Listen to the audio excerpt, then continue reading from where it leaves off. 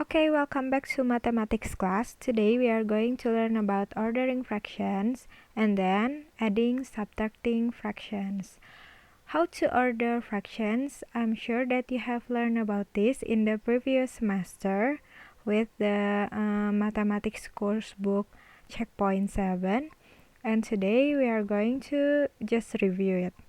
There are two ways to compare different types of fractions. The first one, to equalize the denominator, or we can rewrite them with the same denominator. To do this, you create equivalent fractions. For example, we have 3 out of 4, 2 out of 5, and 7 out of 10 here. So the denominators are 4, 5, and 10. What's the LCM of 4, 5, and 10? It's 20. Okay, because 20 can be divided by 4, 5, and 10. And then, because the denominators are equal, 20, so we have to adjust the numerator. So 20 divided by 4 equals 5. So we multiply it by the numerator.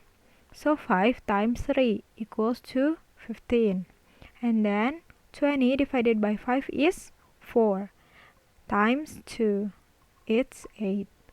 20 divided by 10, it's 2 times 7. So we have 14. So 3 out of 4 here are 15 out of 20. 2 out of 5 here are 8 out of 20. And 7 out of 10 equals to 14 out of 20. Because they are equal fractions, so we can compare them. Which one is the smallest fraction? Smallest fraction is 8 out of 20. So if we compare, or if we order it from the smallest to the biggest, so we have 2 out of 5, and then 7 out of 10, and then 3 out of 4.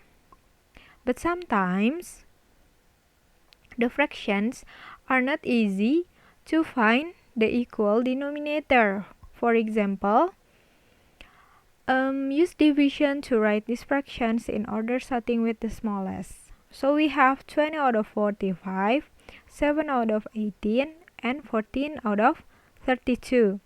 The denominators here are 45, 18, and 32. It will be hard to find the LCM of 45, 18, and 32. Why? Because the numbers are big and it has no common factor. So we are going to use the other method. We can make it into decimal and then compare the decimal.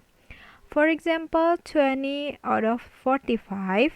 Now, to make it as decimal, so we will do the division method.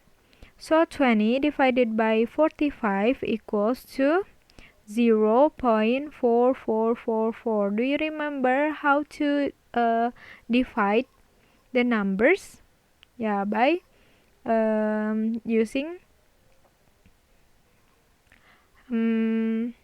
dividing bracket. And then 7 out of 18. We divide 7 out of 18. So we have 0.3888, and then the last is 28 divided by 64. It will be 0.4375 by using the same method.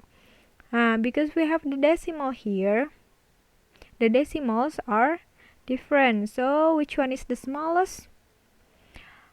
0.3888.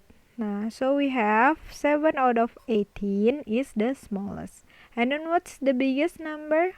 0.4444 is equal to 20 out of 45. So by putting the fractions in order, we give 7 out of 18, 28 out of 64, and 20 out of 45 if we order from the smallest to the biggest. Next, it's about adding and subtracting fractions.